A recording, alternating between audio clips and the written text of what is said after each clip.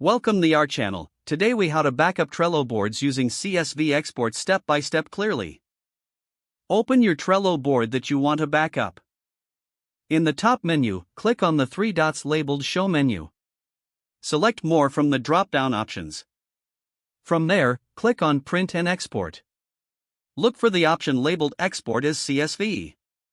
Click on it to initiate. Your browser will begin to download a CSV file of your board. Once the download completes, locate the CSV file in your Downloads folder.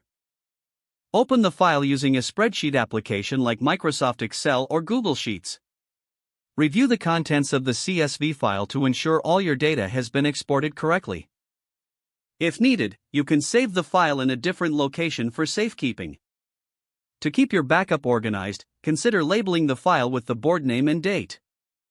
Repeat this process for any additional Trello boards you wish to back up. This method offers a simple way to store copies of your boards for future reference. If the page does not load, refresh the browser or try again in a private or incognito window. Make sure you are using the correct email address, then retype it carefully to avoid small typos. If your password is not accepted, use the reset option and create a new strong password you can remember.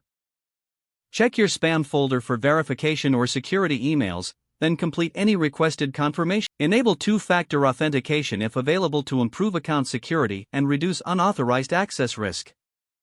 After signing in, review your profile details so your contact information and settings are accurate and current.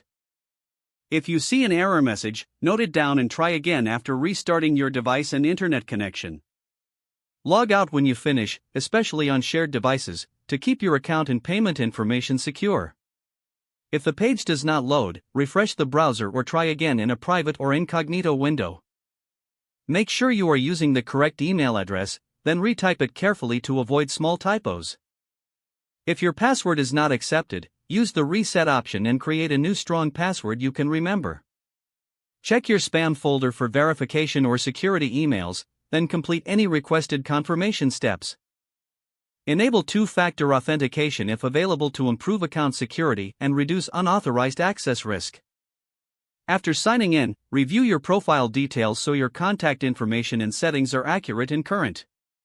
If you see an error message, note it down and try again after restarting your device and internet connection. Log out when you finish, especially on shared devices, to keep your account and payment information secure. If the page does not load, refresh the browser or try again in a private or incognito window. Don't forget to like this video and subscribe to our channel for more step-by-step tech guides.